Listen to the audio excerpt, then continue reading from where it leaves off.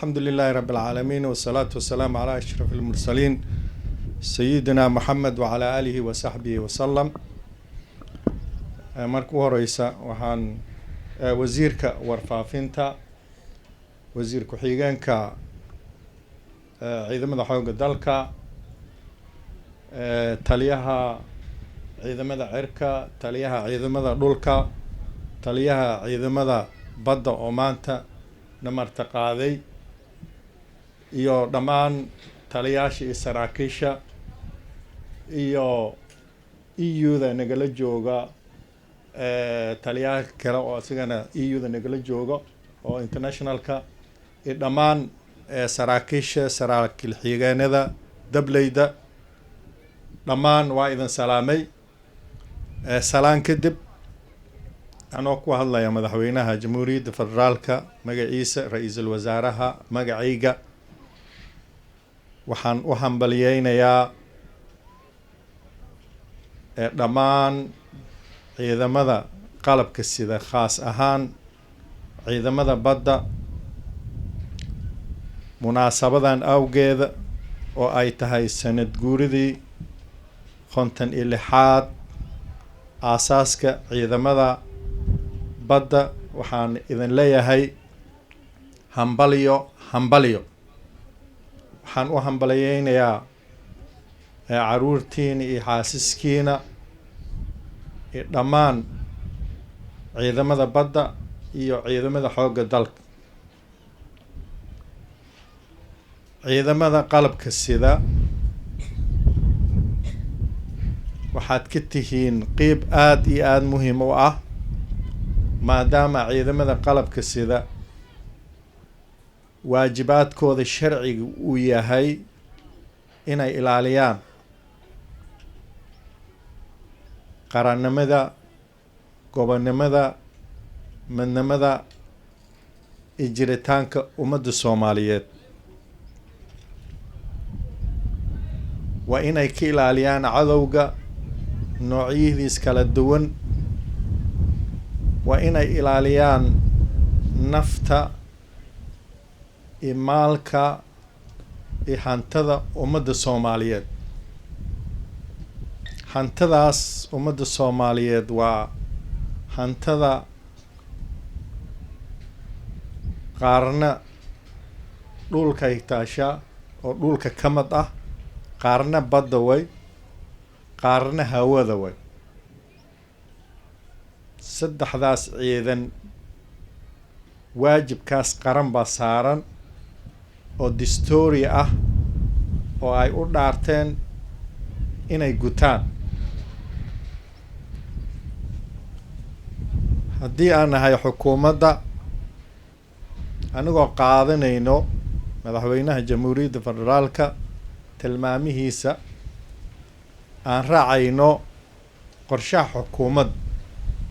waxaa noo qorshaysan, horeyna loo sameeyay, haddana meel fiican noo maraya dib u habeynta ciidamada qalabka sida oo ka bilaawatay tirakoobkooda, diiwaangelintooda,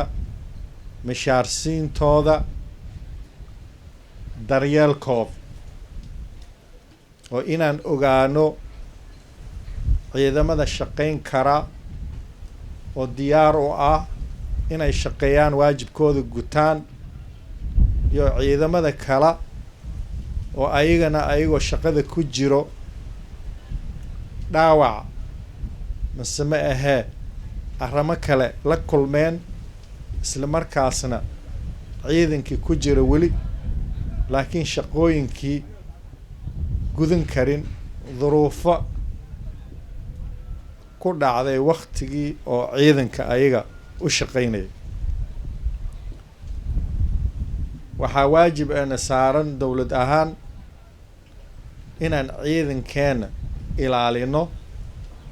aan daryeelno, aan xuquuqdiisa aan raadino, aan xuquuqdiisa aan helno. waxaa kale waajib ohona saaran ciidankii inaan u helno tababar tababarkaas oo gaarsiin karo meeshii ugu sarreysay sidii ay u gudan lahaayeen waajibaadka sharci ee ciidankaasi saaran. ciidamada badda khaas ahaan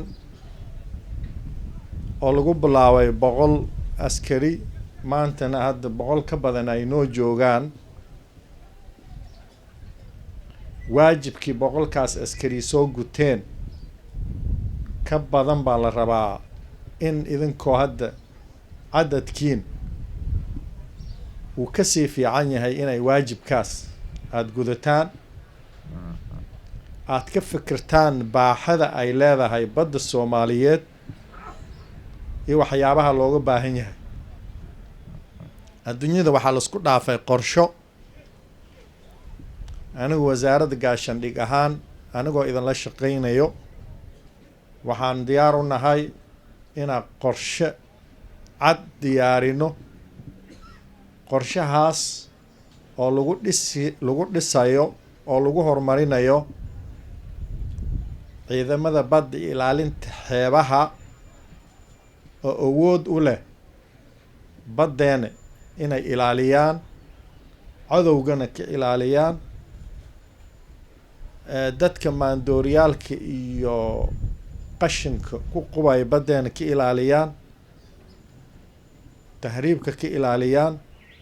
maraakiibta kalluumaysiga sharci darrada ka ilaaliyaan.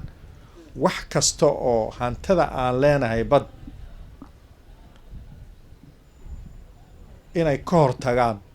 ciidamo waajibkaas gudan karo inaan helno iyon diyaar u nahay. ciidankeeda baddeena waa dhisan yahay laakiin wuxuu u baahan yahay horumarin.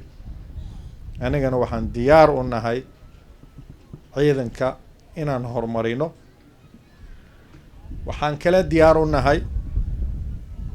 cid alla ciddii nagu caawin karto ciidankeena inaan horumarino, inaan wada hadalla la galno, anigoo iska leh go-aanka kama dambaysta go-aan anigoo leh inaan kala xaajoono wixii laga qaban lahaa wixii laga heli lahaa baddan, anigoo dowlad ahaan waajibkeena gudanayno. waxaan rajaynayaa insha allahu in ciidankeena qalabka sida guud ahaan meelo fiican uu sii gaaro. waxaa lagama maarmaan ah marka si hadafkaas iyo yoolkaas aan u gaarno inaan ku dhaqanno nidaam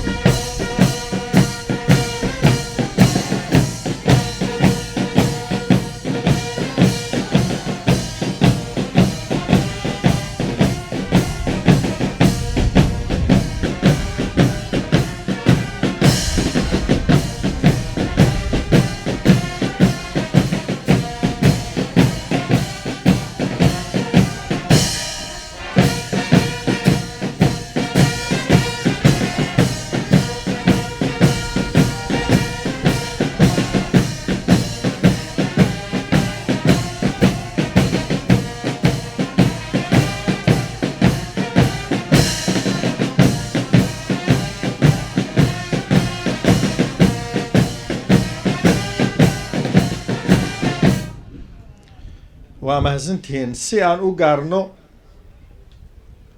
yoolkaas aan ka hadalnay waxaa loo baahan yahay inaan ku dhaqanno hufnaan, daahfurnaan iyo isla xisaabtan. waxaa loo baahan yahay inaan helno hantida aan leenahay oo ciidanka qalabka sida guud ahaan uu leeyahay iyo hantida ciidamada badda iyo ilaalinta xeebaha inay ahaato hanti la og yahay, hanti uu qaranka uu leeyahay, hanti oo qoran in la helo. mucaawanaadka aan ka helnay beesha caalamka ciidamada qalabka sida waa inaan u ilaalinaa sidii looga tirakalay isla markaasna hantidaas sida ciidamadaba u tirakoobnay ay u tirakoobnaato hantidaas markay halaawdo waa in ayadoo qoraal ah lahaaya hanta dhoorka iyo wasaarada gaashaandhigga iyo cid allaa ciddii hantida dowladda ilaalinayso in ma aragtay ay ka haystaan tirakoob sababto hantida qaranka haddii la ilaalinin waajibkii looga tiragalina lagu gudinin isla xisaabtan iyo daahfuranaana la helin daacadnimadii oo qaranka lagu dhisayay lama helayo isla xisaabtanka iyo daahfuranaanta wuxuu asaas u yahay in ciidan aan helno ciidankaas oo waajibaadkiisa qaran gudanayo ku dheeraan maayo wax badan baa la hadlay waxaan kusoo gebagabaynayaa mar labaad inaan u hambaliyeeyo ciidamada badda sanad guuridii 56 waxaan kale u hambaliyeynayaa taliyaha guud oo ciidamada qalabka sida oo madaxweynaha jamhuuriyadda federaalka ah taliyaha ciidamada